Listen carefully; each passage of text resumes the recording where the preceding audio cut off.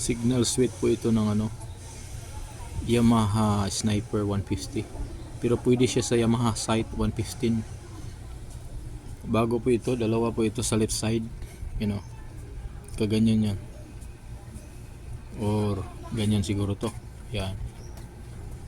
So ngayon, kaya ako bumili nito kasi kadalasan number 1 talaga pag tag-ulan, nasisira kaagad yung mga mamurahing mga switch.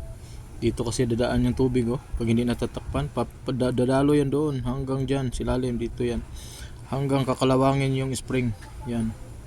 Pag kinalawang yung spring, sa katagalan mo siging signal, ganyan, signal, tumalsik ang bulitas.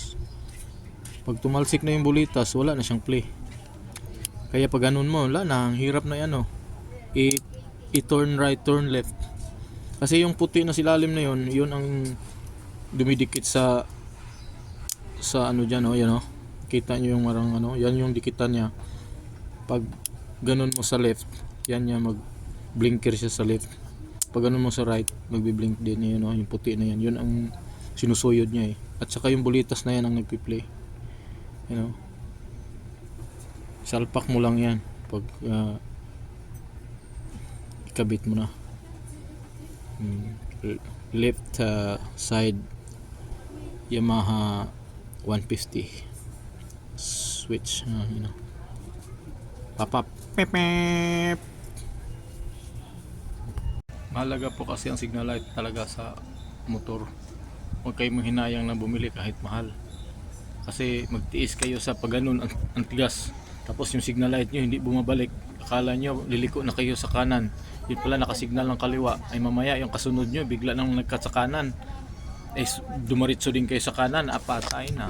Kaya nga ang hirap talaga magtipid, kailangan bibili kayo, bilhan nyo kaagad, ipakabit nyo sa marunong para healthy yung motor nyo. Ako hindi ako kunting sira lang, ako na ginagawa ko talaga.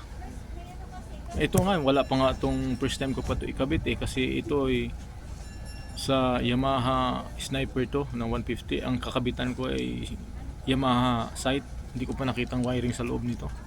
Kung isasalpak mo ba to, mayroon bang hihiwain ito? Makikita lang to pagka maikabit na. Next video. Thank you for your watching.